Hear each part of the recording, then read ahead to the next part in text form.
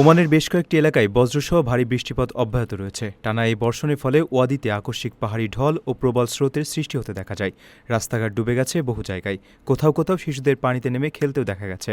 হঠাৎ এমন বৃষ্টিপাতে প্রকৃতিতে যেমন সতেজতা ফিরেছে, তেমনি বিভিন্ন নিচু এলাকায় প্লাবিত হওয়া মানুষের ভোগান্তির খবরও পাওয়া গেছে। সরকারি তথ্য অনুযায়ী সবচেয়ে বেশি বৃষ্টিপাত রেকর্ড করা হয়েছে আল হামরা এলাকায় ৪৩ মিলিমিটার, যা পুরো ওমানের মধ্যে সর্বোচ্চ। এছাড়া ইব্রার আল হাইমা, কাফিফা ও জায়দা সহ সংলগ্ন গ্রামগুলোতে প্রচুর বৃষ্টিপাত রেকর্ড করা হয়েছে।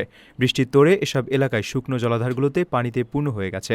অন্যদিকে আল মুদাইবির সামাদ আল শান, আল রওদা, খাদ্রা বনিদিফা ও আল ফাতা সহ বিস্তীর্ণ এলাকা মাঝারি থেকে ভারী বৃষ্টির কবলে পড়ে। আন্দাম, আল ফালিজ ও গাবরা আল ওয়াফি এলাকার বিভিন্ন স্রোতস্বিনী দিয়ে প্রবল বেগে পানি বইতে শুরু করে, যা দেখতে স্থানীয়দের ভিড় করতে দেখা যায়।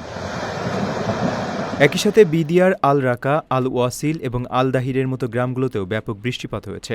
আল কাবিল এলাকায় বৃষ্টির কারণে ওয়াদি নাম, সুকা এবং আল শারমের স্রোতগুলোতে পানি উপচে পড়ে।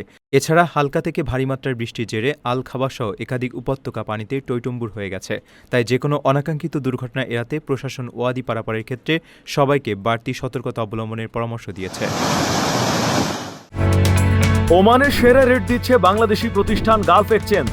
প্রিয়জনকে টাকা পাঠাতে আজই আসুন আমাদের যে কোনো ব্রাঞ্চে অথবা কল করুন স্ক্রিনে দেয়া নাম্বারে। গালফ এক্সচেঞ্জ, বাংলাদেশিদের প্রিয় এক্সচেঞ্জ।